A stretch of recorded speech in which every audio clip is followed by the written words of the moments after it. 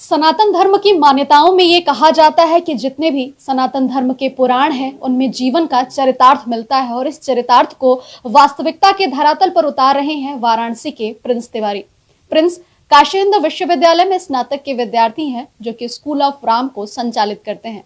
2019 में जब राम मंदिर के पक्ष में फैसला आया उसके बाद प्रिंस ने इस विद्यालय को शुरू करने की मुहिम की शुरुआत की और इसके बाद इस विद्यालय को वो संचालित कर रहे हैं। बड़ी बात यह है कि 1500 विद्यार्थी इस विद्यालय में वर्चुअली जुड़ते हैं जो देश ही नहीं बल्कि विदेश के अलग अलग कोनों से जुड़ते हैं।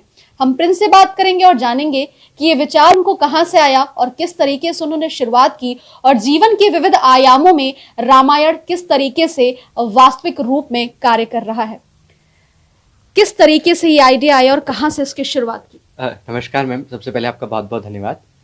देखिए, ये आइडिया ऐसे आया था कि मैं काशी हिंदू विश्वविद्यालय में पढ़ता हूँ, छात्रावास में मैं रहता था। 9 नवंबर 2019 को राम मंदिर के लिए फैसला आया अदालत में, जो बहुत काफ़ी सालों से जो लंबित मामला चल रहा था। तो उस फैसले में मुझे लगा कि वास्तव में समाज को ये संदेश देना चाहिए कि राम है कौन। बहुत सारे लोग कह रहे थे कि राम मंदिर क्यों बना रहे हैं, वहाँ कोई विद्यालय बन सकता है, वहाँ कोई अस्पताल बन सकता है, वहाँ कोई अनाथालय बन सकता है। किसी ने तो मजाक में ये भी कह दिया कि मंदिर मस्जिद बैर कराते मील कराती मधुशाला। तो वो मुझे बड़ा खराब लगा। मुझे लगा कि क्यों नहीं भगवान राम के बारे में लोगों को बताया जाए। मंदिर तो बन ही रहा है, बहुत अच्छी बात है, लेकिन एक विद्यालय भी हो जो भगवान राम के संस्कारों को लोगों तक पहुंचाए। तो उसी दिन मैंने एक सोशल मीडिया पे एक फेसबुक पेज बनाया था, स्कूल ऑफ राम। 9 नवंबर 2019 को वो पेज बना था और उसके बनने के बाद में मैंने रामचरितमानस की एक एक दो चौपाइयां उस पर डालना शुरू किया। फिर मैंने सोचा कि इस विद्यालय को कैसे और अपना रूप, नया रूप दिया जा सकता है। बहुत सारे विद्वानों से मिला, बहुत सारे लोगों से मिला, कई रामायणें मैंने पढ़ी, वाल्मीकि रामायण, कृतिवास रामायण, बहुत कंबल रामायण को पढ़ा, कई सारी पुस्तकों को पढ़ा। तो पता चला कि हाँ, भगवान राम के जीवन में वो प्रबंधन भी है और ऐसा कोई विज्ञान या ऐसा कोई शास्त्र नहीं है जो राम जी के जीवन से सीधा ना जुड़ता हो। तो हमने फिर एक विद्यालय की शुरुआत की और गत वर्ष 24 मार्च 2021 को हमने इस विद्यालय का उद्घाटन लोगों के सामने किया और ये दुनिया का राम जी के जीवन पे चलने वाला पहला एकमात्र विद्यालय बन गया। ये पहला वर्चुअल विद्यालय है। इस विद्यालय की बात करें तो किस तरीके के कोर्सेज से लोग रूबरू होते हैं, किस आयु वर्ग के लोग इसमें सहभागिता दर्ज करते हैं? जी, बहुत बहुत आपका सवाल बहुत अच्छा है। देखिए, इसमें जो है आयु वर्ग की कोई सीमा नहीं है। कोई भी व्यक्ति, किसी भी आयु वर्ग का, महिला पुरुष, इस कोर्स का हिस्सा बन सकता है। इवन हमारे साथ में तो कई वृद्ध लोग भी हैं, लगभग 90 वर्ष की आयु में, या ऐसे ऐसे लोग हमारे साथ में इसमें जुड़े हुए हैं। तो उन सभी को हम पढ़ाते हैं। अच्छा, 5-5 साल के बच्चे, छोटी छोटी बहनें भी हमारे साथ में जुड़ी हुई हैं, तो उन सभी को हम इसमें पढ़ाते हैं। कोर्सेज क्या क्या है इसमें? जी मैम, कोर्सेज के बारे में मैं बात करूं तो हम सबसे पहला हमारा कोर्स है रामचरितमानस में भौतिक विज्ञान। हम इसमें रामचरितमानस की चौपाइयों से भौतिक विज्ञान की गुत्थियों को सुलझाते हैं और लोगों को पढ़ाते हैं, ताकि लोगों को पता चले कि उनके घर में जो किताब रखी है रामचरितमानस, वो केवल पढ़ने के लिए नहीं है, आप उसको जीवन में भी उतारिए और इसके पीछे का विज्ञान भी समझिए। इसी के साथ में हम रामचरितमानस में जीवन प्रबंधन भी सिखाते हैं।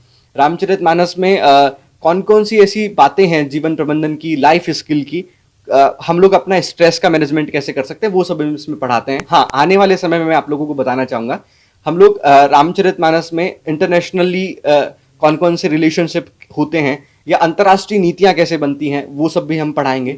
इसी तरीके से रामचरितमानस में वाणिज्यिकी के बारे में, एंटरप्रेन्योरशिप स्किल्स, ऐसी बहुत सारी चीजें, हमारे बहुत सारे प्लान हैं, वो हम कोर्सेज में लाने वाले हैं। वर्तमान जीवन शैली, वर्तमान मुद्दों से कैसे आप इसको कनेक्ट कर रहे हैं?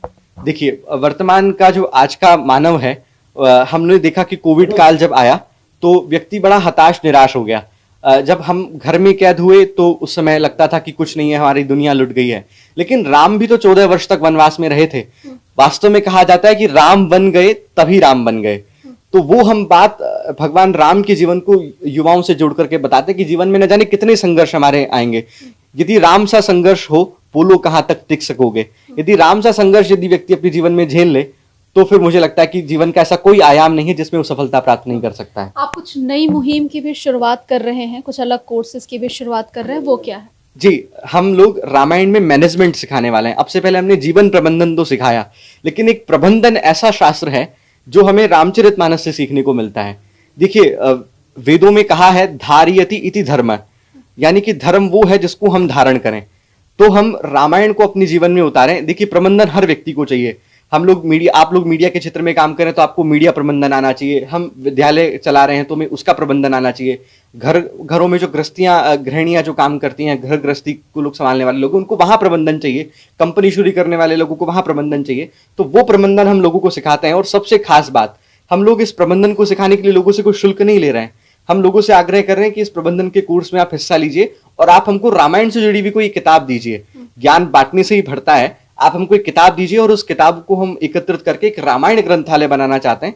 ये हमारी परिकल्पना है। बिल्कुल, मतलब किसी भी तरीके का कोई शुल्क आपके कोर्स के लिए नहीं है? जी, अभी फिलहाल इस कोर्स के लिए हमारा कोई शुल्क नहीं है, केवल एक पुस्तक आपको देनी होगी।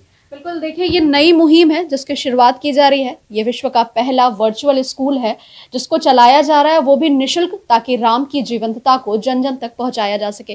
किस तरीके से आप राम से जुड़ रहे हैं और क्या कुछ सीख रहे हैं? देखिए, ये जो राम यूनिवर्सिटी इन्होंने चालू की है काफ़ी आधुनिक है, और जिस तरह से ऑनलाइन माध्यम से कई लोगों को ये जोड़ रहे हैं और आधुनिक तरीके से विज्ञान और रामायण। देखिए, हमने कई चौपाइयाँ ऐसी हमारे कहानियों में आई, हमारे बुजुर्गों ने हमें पढ़ाया है चौपाइयों के जरिए कि ये जो तुम शुद्ध पढ़ रहे हो ये चौपाई में पहले से पढ़ाई गई है। अब इसको खोज के और आधुनिक तरीके से प्रिंस जिस तरह से इसको ला रहे हैं सबके बीच में, काफ़ी अच्छी पहल है और इसके लिए और भी बढ़िया प्रयास करना चाहिए। बिल्कुल, देखिए अब तक आप सुनते थे कि रामायण, महाभारत, जितने भी वेद हैं वो हमारे जीवन के हर पहलू से जुड़े हुए हैं, लेकिन वाराणसी के प्रिंस इसे वास्तविकता के धरातल पर उतार रहे हैं।